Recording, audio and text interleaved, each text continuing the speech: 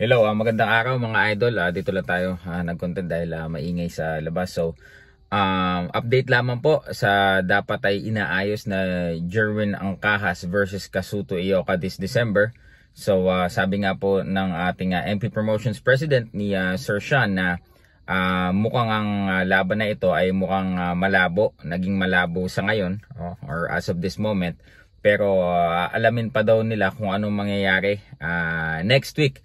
But for sure, ang ating pong kampiyon na si Jerwin Angkahas ay makakalaban po ngayon darating na Disyembre. Kung hindi man ito si Kasuto Ioka ay for sure ay ito ay depensa at maghahanap ng kalaban for Jerwin Angkahas. Nauna na nga dyan yung tatlong Japanese pa rin na pinagpipilian. So ito ay matapos lumabas na sa mga artikulo yung sinabi ni Sir Sean na there's a possibility that Jerwin Angkahas will be fighting for unification dito nga sa kay Kasuto Ioka na WBO Super Flyweight Champion naman.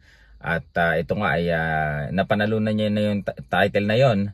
Yun ay yung binakanteng world title belt po ni Donnie Ahas Nietes, na kung saan sila ding dalawa naglaban ni Kasuto Ioka, no?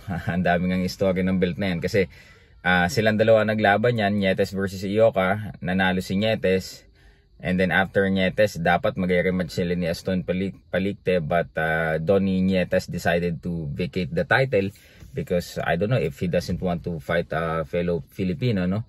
Pagkatapos nung titulo na yon ay binakante ni Donnie Ahas Nietes, ay ginawa nga itong kumbaga pag dito paglabanan nitong si Aston Palicte at nitong si Kasuto Ioka, no?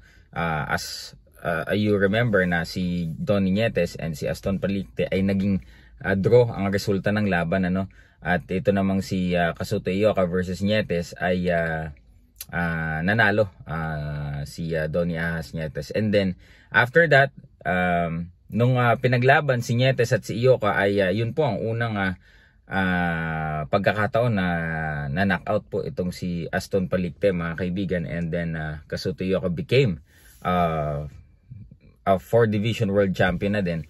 And siya na ang naging WBO World Super Flyweight Champion. At ang kagandahan dito kay Ioka, napasama pa to sa Ring Magazine na pound for pound sa top 10, as far as I remember, if nag top 10 ba siya or 9 sa sa Ring Magazine.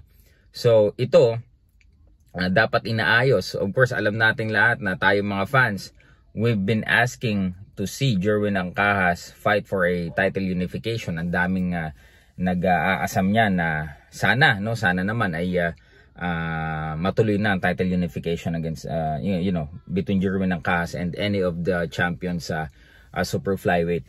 So ito naging talagang maganda ang mga bali-balita ng mga nakaraan na araw, although hindi pa yan finalized. Kumbaga there's a possibility lamang, and then kaka-confirm nga lang ni Sir Sean na ito nga ay hindi maganda ang tinatakbo sa ngayon. Pakita ko yung konting dito, update ni Sir Sean, but they will still check next week kung ano bang magiging progress. But if hindi, for sure mga idol, Champ Jerwin Angkahas, the IBF World Super Flyweight Champion, will definitely fight this coming December. So yun lamang mga idol, pasensya na po dahil kung yung iba ay naging hopeful na baka ito na title unification na, pero hindi nagmaterialize mga idol. So Jerwin Angkahas December sa US mga idol. And then sabi naman ni Sir Sean, if hindi magmaterialize yung unification ngayon after ng 10 title defense, the target is really title unification for Champ Jerwin Angkahas.